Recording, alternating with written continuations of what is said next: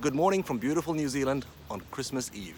This is Christmas Eve day, actually, and I woke up today feeling very grateful and quite inspired to share this message with you because of conversations that I had just yesterday regarding how we've been able to contribute to the families that work with us and work for us.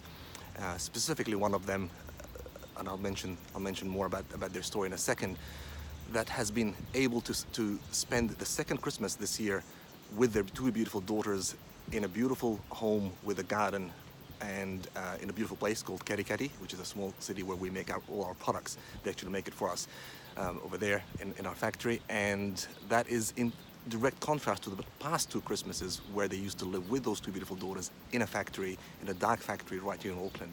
And that's not a very good place to really spend Christmas or have any life anyway. So I want to share the story of why that makes me feel grateful and what it means to us. So this beautiful family, basically, it's the contract manufacturer who we actually now technically hire to work just for us in our factory in Kerikeri, which is my factory that I've taken on board, to help them out of their inability to sustain the lease on their past contract manufacturing factory, where they used to make quite a lot of products for two specific large corporations that made organic, well, not organic really, but natural cosmetics. And he developed the systems for them and started making the products, and then they came and took away all the system that he's developed and all the manufacturing processes and took it away overseas. I think it was one went to Vietnam, one went to China, but to cut a long story short, it's the fact that they took away all the IP and all the skills, but all the earning ability of this family and their employees at the time, obviously, to the level that he had to let go of all his employees, couldn't afford to live in a home, so he lived with his lovely wife and two daughters in the factory here in Auckland, which was not a very good place to live in. We were at the time a very small part of their contract manufacturing, so we actually couldn't contribute much because we were very small. We're manufacturing very small batches, basically.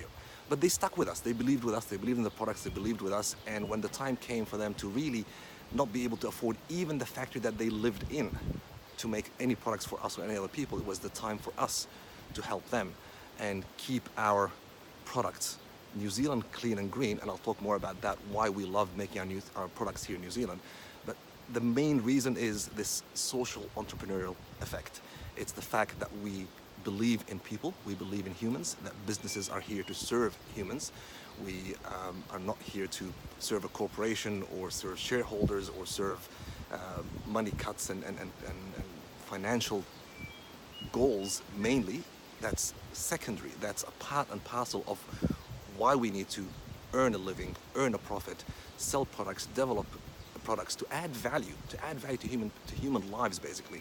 The ones we trade with, the ones we buy from, the ones we sell to, value to the people who, obviously we have to add value to the people that we sell to, and most importantly, add value to the people who help us make this happen, to create that product, to create those systems.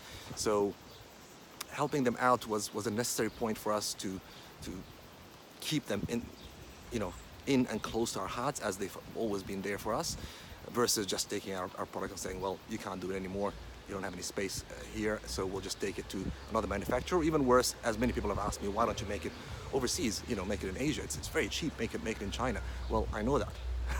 You don't need to tell me that it's easier or cheaper to make our products in China, but that's not the story. That's not the point. The point is, who am I helping that is nearby here? That's my neighbor, that's my friend, that's my colleague, by taking my production overseas just to save money. And also, what does that say about the story of the products themselves being New Zealand made in New Zealand, clean and green, but also what does it say about us as human beings if we can't look after each other? So helping them out of that factory, moving into Kerikeri, taking on all the costs of manufacturing all that on ourselves rather than just having them as a contract manufacturer was a huge step. Beyond that, moving to Kerikeri was a beautiful step because we looked at all the options, obviously, that we could afford, and where is the cleanest place, and tried to find a place where there is natural aquifer water. So it's not recycled sewage water, it is not a lot of drained water from places like where there's a lot of farming, like in the Waikato, for example, there's a lot of farming there, so a lot of cows and cattle and sheep and everything else. So we didn't want that water to be what we used to manufacture our products. It had to be fluoride free, so it wasn't treated with fluoride or anything else. And Kerikeri has that. It's an agricultural town, mostly avocados and kiwi fruit and other orchards, and there is very little affluent, if any, from cattle. And also, it's not treated water. It is aquifer. It is clean aquifer water, no fluoride, no toxins, anything else in it. Now, add to that fact that we actually filter and ozonate the water every time. That's, of course, added value there. However, the source, the nature, the reason, and above all, the people, bringing business to a small town in New Zealand has given us so much personal grace and thanks from obviously the people we directly deal with, but also the people in that town to whom we brought more business and brought them friends who are now living with them, and everybody knows that, everybody there, because it's a very small town. That really is the meaning of giving, is the meaning of sharing, is the meaning of adding value through conscious and righteous business and social entrepreneurship, basically.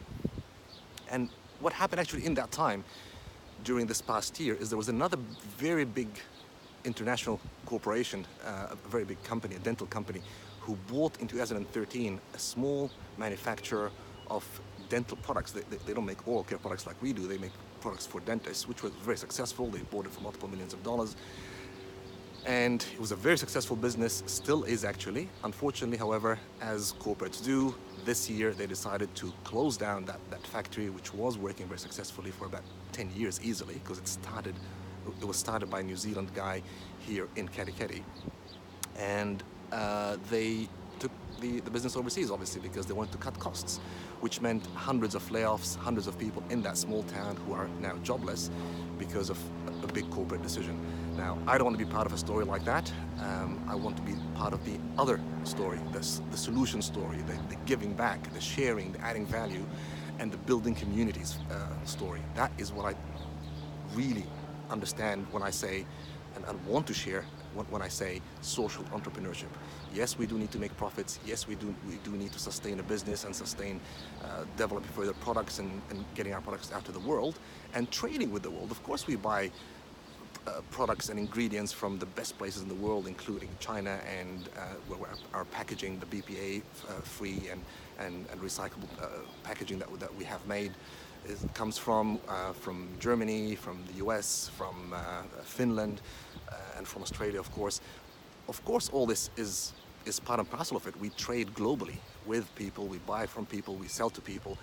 But where do we make our stuff? We make it together as a group, as a bunch of humans, serving humanity, serving each other and coexisting, rather than just trying to cut costs at the expense of humanity, at the expense of those little girls who would have spent an innumerable number of Christmases in a factory, living in a factory, which I don't think so is okay. So I hope you'll join me this holiday season with sharing love, sharing mercy, sharing compassion with as many people as you can, starting with your neighbors. We can't change the whole wide world, but we can change our world. We can change our little sphere where we live and we exist, and where we trade and who we buy from, and you know, why we buy. The most important question is usually, why am I buying something? Is it because I want it or need it? That's number one, of course, but also, why am I buying from here, from him or her, rather than from somewhere else? Why am I buying from this small business versus a large corporation which really only cares about its shareholders and cutting costs, rather than caring about the people it serves, the people who it hires and facilitates their living, and also the people who it actually serves, or supposed to serve, by selling them products that add value to their lives, rather than just demand money and profit from them. So I hope that you'll join me in this thought, in this idea, in this feeling of grace, of giving this holiday season, and for the next year and for next years to come, and hopefully more and more humans will do that, so that we can all be better together, because it's always that way. We're always better together. Thank you. Have a very Merry Christmas and a great holiday season and a Happy New Year, and I'll see you soon in the next video. Thank you. Take care.